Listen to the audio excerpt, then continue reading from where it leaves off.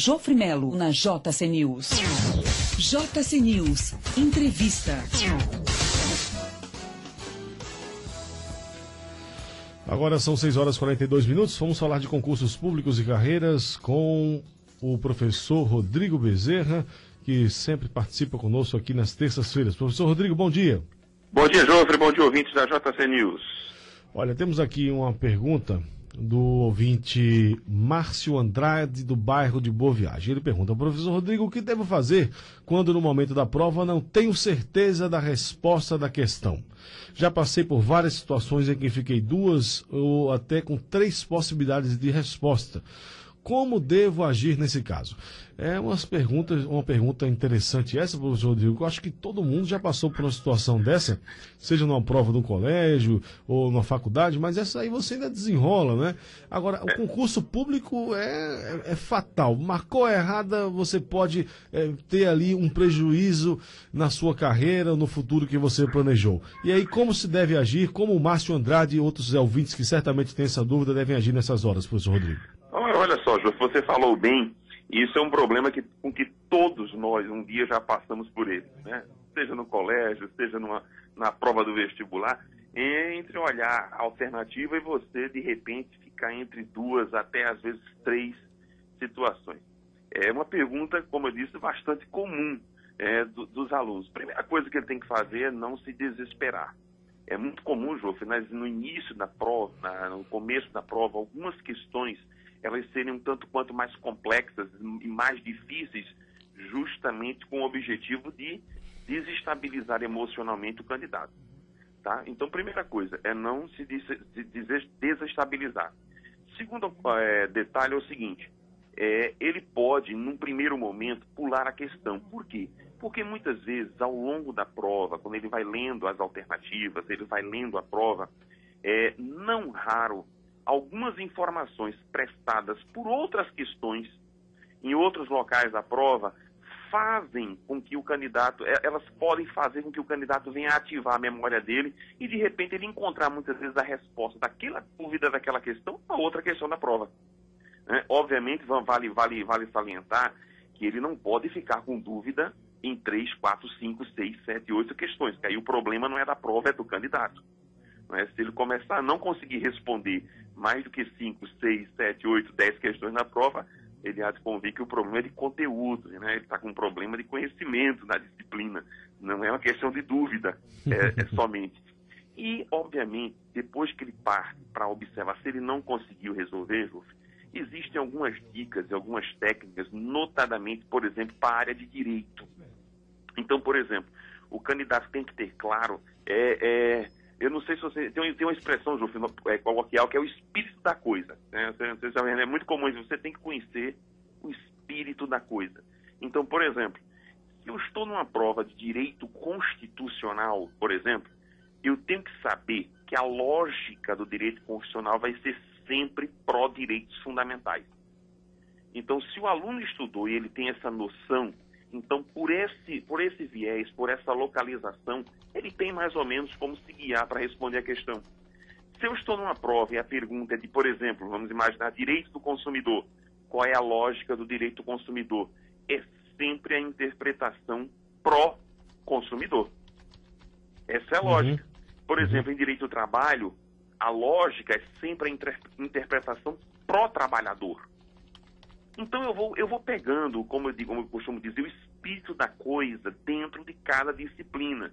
Por exemplo, eu estou dentro do processo civil. Qual é a lógica de processo civil? É sempre a interpretação pela prossegurança jurídica na relação processual. Então, de posse desses nortes, né, que geralmente os professores transmitem para os alunos, eu vou me conduzindo dentro de uma prova num momento de dúvida. Por exemplo, direito administrativo, ora, qual é a lógica do direito administrativo, senão a interpretação pró-defesa do interesse público, né? Limitação do espaço à discricionariedade do administrador. Então eu vou observando isso aí. Né? Direito processual penal, a lógica qual é? Garantia do exercício do direito de defesa do réu. Entendeu, Jô? Entendi. Então, dentro de cada disciplina, eu vou pegando o que eu chamo do espírito da disciplina. E no momento em que o candidato está com dúvida, obviamente que ele vai se conduzindo. Certamente, a disciplina com que ele vai mais ter dificuldade, provavelmente, para interpretação, é a língua portuguesa. O senhor tocou no ponto-chave.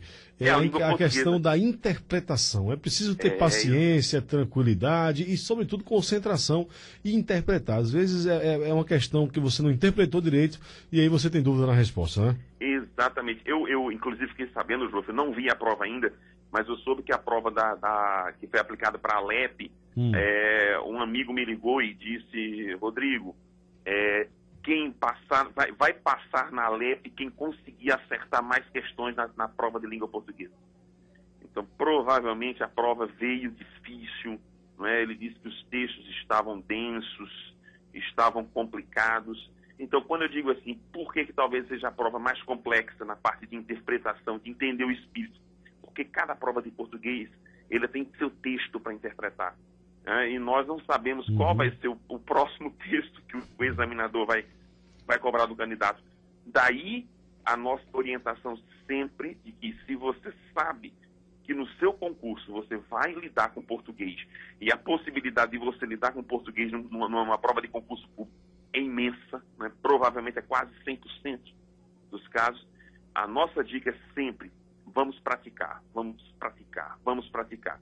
Quanto mais o candidato ele vai responder a questões, ele vai aumentando a percepção dele para a parte interpretativa. E na parte do direito, conhecer o espírito da coisa, conhecer o espírito da disciplina. E no momento desse, eu consigo, obviamente, dentro desse universo das questões de múltipla escolha, deixa bem claro isso, Jô, porque se o candidato fosse deparar com uma questão, por exemplo, de certo e errado do CESP-NB, o CESP vai penalizar o candidato todas as vezes em que ele errar. Então, se ele tem dúvida numa questão, obviamente que é melhor que ele não responda a que ele responda e seja penalizado.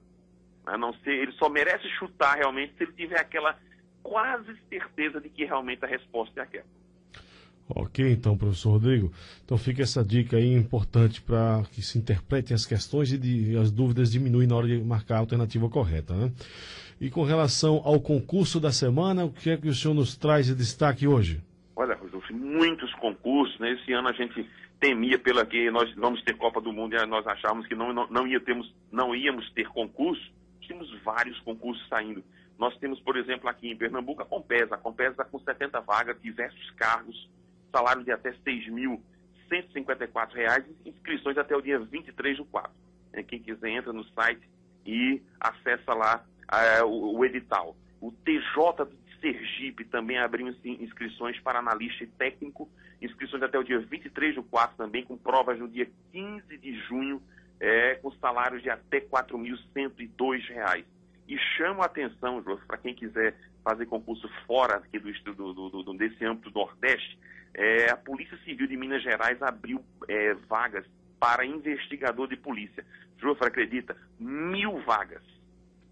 São muitas vagas, né? 1.000 vagas para investigador de polícia. Então, quem desejar fazer concurso fora aqui desse âmbito do Nordeste, vale a pena verificar esse concurso. Prova em agosto, então dá tempo ainda de estudar alguma coisa.